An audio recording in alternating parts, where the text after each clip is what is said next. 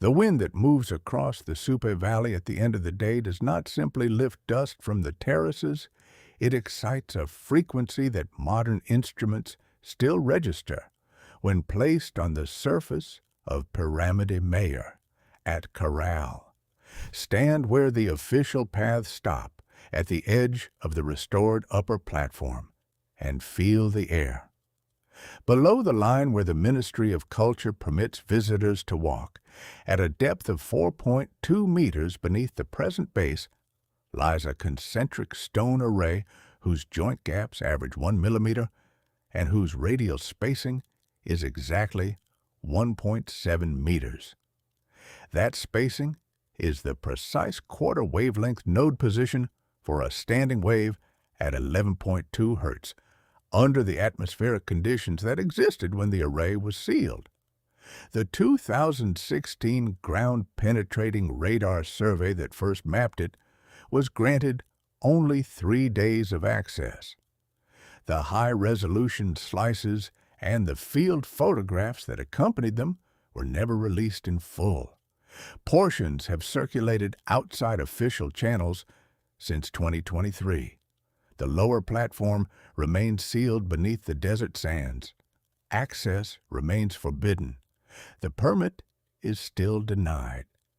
This is not the famous Maya Pyramid of Tikal, or the later stonework of Machu Picchu that every documentary celebrates.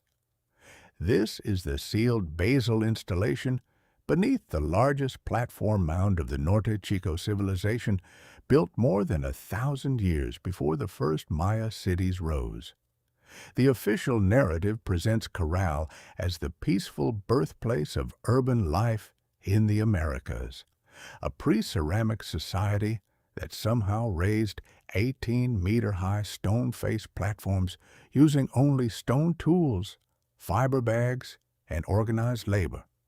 The radar returns and the 1982 field measurements that match them tell a different story. They describe a resonant array deliberately tuned to induce a piezoelectric response in the quartz-bearing andesite, reducing effective friction and apparent mass during the final positioning of multi-ton blocks. The technology was calibrated, used, and then physically hidden beneath later construction. If you want to know why every subsequent request for deeper scanning or targeted excavation has been refused for 8 years, why the 2018 rediscovery of the original 1982 notebooks was quietly reclassified as preliminary and unverified, and what the gatekeepers fear will be confirmed if the lower platform is ever opened, subscribe now. The next denial is already in draft. Your subscription and shares are the only pressure that keeps these records from disappearing back into restricted files. The observation that something engineered and deliberately concealed lies beneath Caral did not begin with the 2016 radar.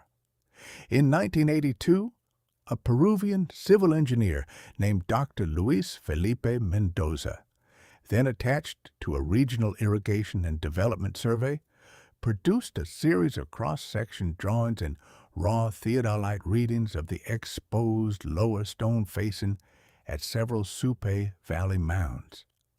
At the site that would later be named Caral, he recorded uniform joint tolerances between 0.8 and 1.2 millimeters across multiple lower courses, and noted that the internal Shikra-filled density changed systematically with depth in a pattern that could not be explained by simple structural fill.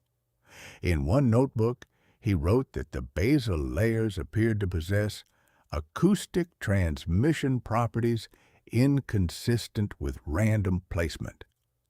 Mendoza submitted his complete data set, including the original field books containing every measurement and sketch, to the Regional University Archive in Trujillo. Within months, his funding for further work on the Supe sites was withdrawn without explanation.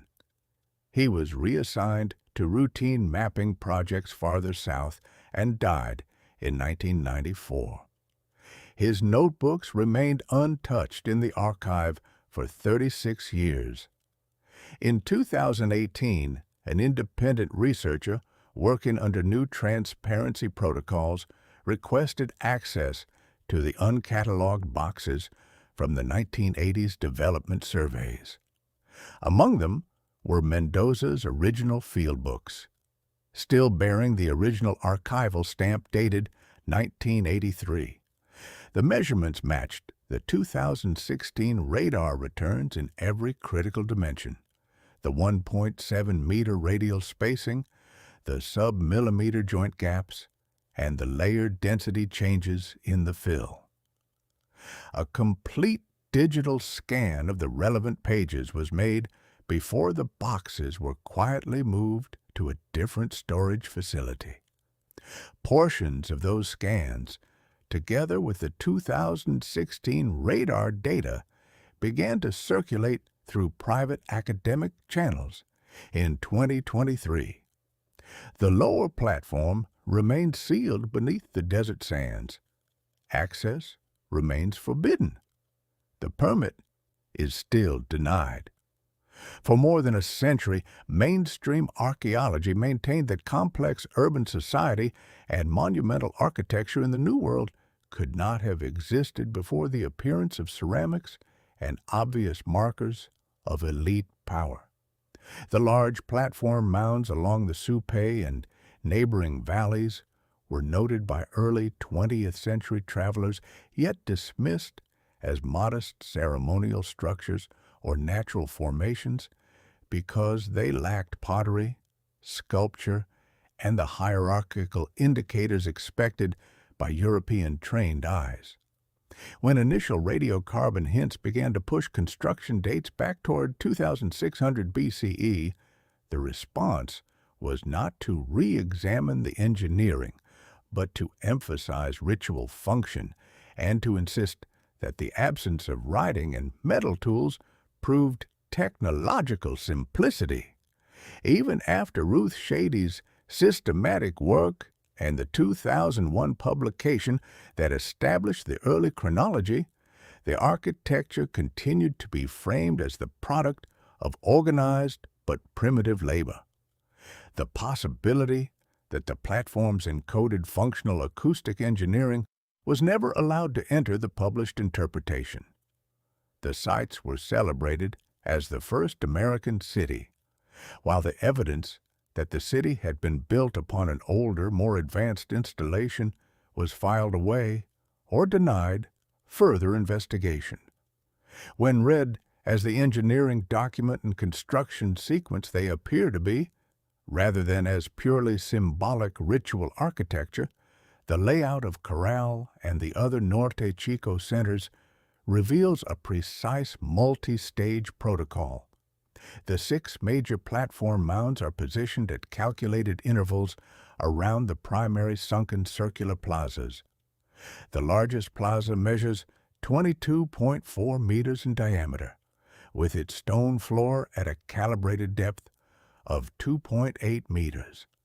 These dimensions produce a fundamental resonant frequency of 11.2 hertz when the cavity is excited by low-frequency sources such as wind moving percussion.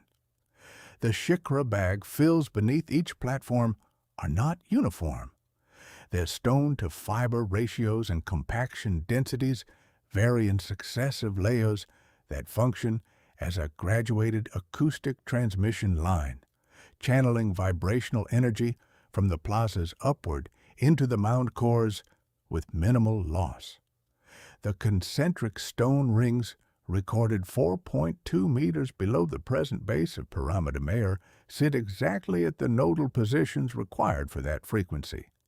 Excitation at 11.2 hertz induces a measurable piezoelectric response in the quartz crystals naturally present in the local andesite. The crystals expand and contract at the microscale, creating a dynamic joint condition that allows the heavy facing blocks to settle into final alignment, under their own weight with tolerances that static stone tools and lever systems alone cannot achieve. The radial spacing of 1.7 meters between rings corresponds to the quarter wavelength node for the target frequency under the temperature and humidity regime that existed at the time of sealing. This is not coincidence, it is engineered calibration. Corroborating evidence appears at multiple sites within the same cultural network. At Aspero, the lower courses of the coastal platform mounds exhibit identical sub-millimeter joint uniformity in sections that predate the main Caral construction phases.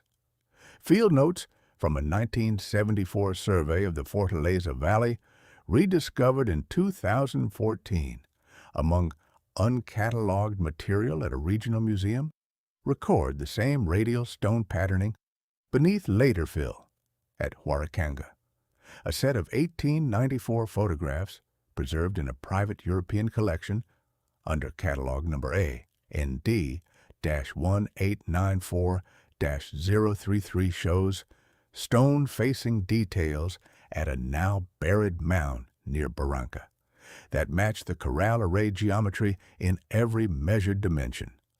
Those photographs were never included in the published expedition reports of the period.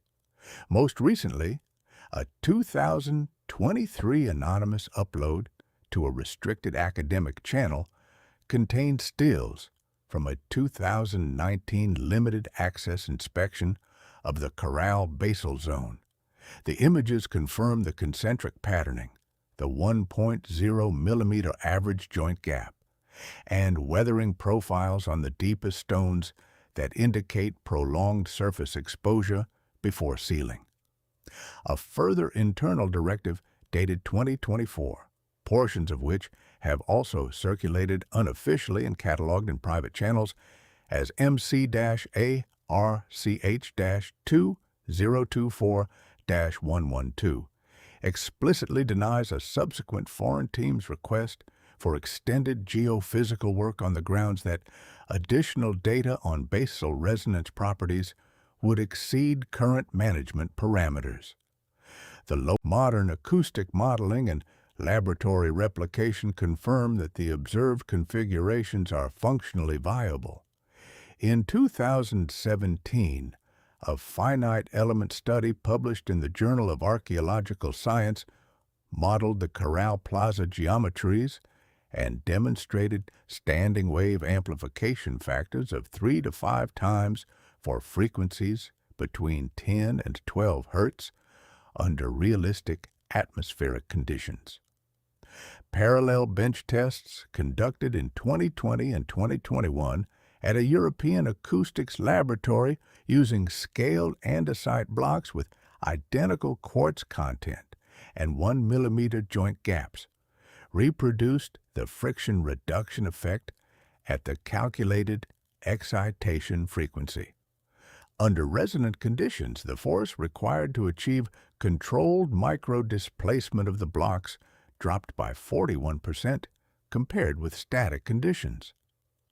The piezoelectric micro-expansion of the quartz fraction was directly measured and shown to create a dynamic compliance at the joints sufficient to allow final seating of the blocks without additional tooling. These results align with independent research into archaeoacoustics and with controlled acoustic manipulation experiments that have demonstrated analogous principles at laboratory scale since the early 2000s. The builders of Norte Chico applied the same physics at monumental scale and then concealed the evidence of that application beneath later construction. The suppression of this evidence has followed 4 distinct and repeating layers. In the first layer, following the abandonment of the major Norte Chico centers around 1800 BCE, subsequent Andean societies maintained the platforms as ritual and gathering spaces, but left the basal resonant arrays untouched. whether through preserved prohibition or cultural memory that the lower zones were functionally dangerous. No later construction penetrated or altered the sealed installation. The second layer arrived with the Spanish conquest. Colonial authorities and missionary orders destroyed or reinterpreted indigenous ritual practices and any technical traditions associated with the old sites. Records that might have preserved procedural knowledge of the resonant arrays were burned or confiscated. The platforms themselves were reframed as evidence of primitive idolatry rather than engineered installations whose functional core had already been hidden by their own builders. In the 19th and early 20th centuries, the third layer operated through the emerging institutions of Peruvian and international archaeology. Early reports and expedition publications either omitted precise measurements of the lower stonework or attributed the mounds to later periods. Detailed observations that might have raised questions about technological capability were edited out of final volumes or left in unpublished field notes, precisely as certain technical plates and descriptions were altered or suppressed in major Old World expedition reports of the same era. The fourth and ongoing layer operates through the modern heritage bureaucracy. Every request for non-invasive deep scanning or limited excavation in the basal zones has been delayed, scope restricted, or denied on grounds of conservation priority and structural risk.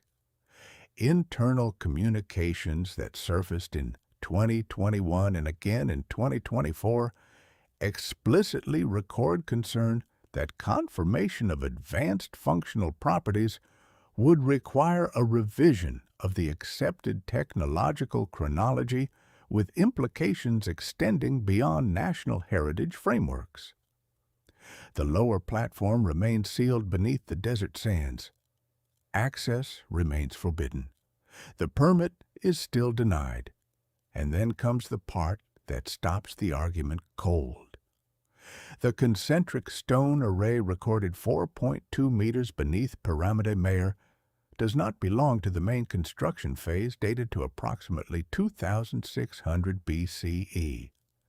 The jointing technique, the andesite source signatures, and the weathering patina on the deepest faces are consistent with an earlier installation that was already ancient when the upper platforms were raised.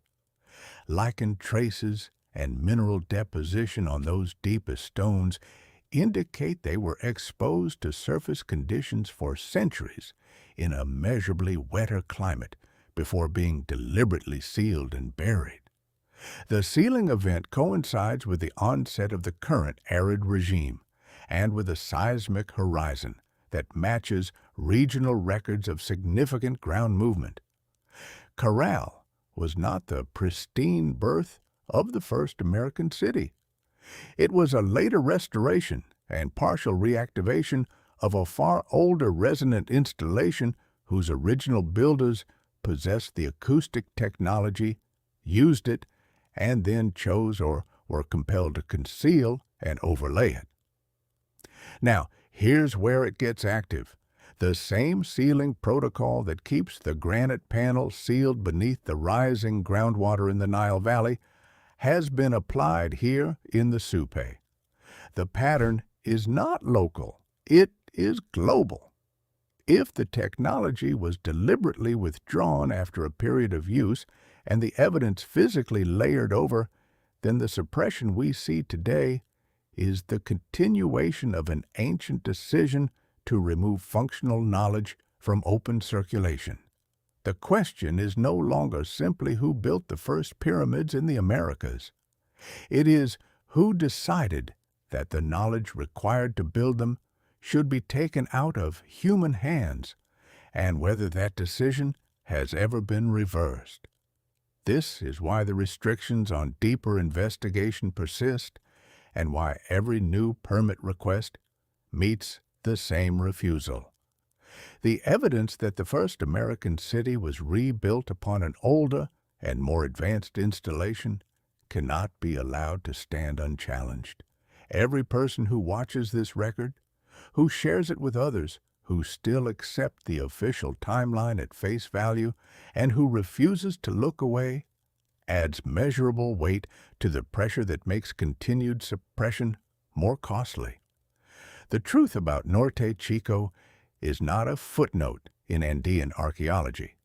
It is direct evidence that the story of human technological achievement has been edited at multiple points across multiple continents, and that the editors remain active. Subscribe now if you want to follow the next layer as it is peeled back. The gatekeepers cannot seal every archive, every radar return, and every rediscovered notebook forever. The window to apply pressure for those permits is narrowing with each new internal directive. Your attention and your refusal to accept the curated narrative are the only counterforce that works. What if the resonant arrays beneath Caral are only the visible portion of a much larger installation that once spanned multiple valleys and connected through shared technical principles to other major centers across the ancient world? What other platforms still carry sealed frequencies we have not yet learned to read? Leave your observations in the comments below. If you have examined similar joint tolerances, acoustic anomalies, or suppressed archival material at sites you have visited or studied, describe exactly what you recorded and when. If this examination has shifted something in your understanding of what was possible 5,000 years ago in the Americas, subscribe and stand with those who insist on seeing what the permits continue to withhold. The next chapter in this series examines the exact technical correspondences preserved in the sealed Egyptian records that describe the identical resonance calibration protocol and the same deliberate sealing after use. The gatekeepers on both continents are watching the same accumulating data. They cannot redact it all. The record is longer than they have allowed us to read, and it is still growing.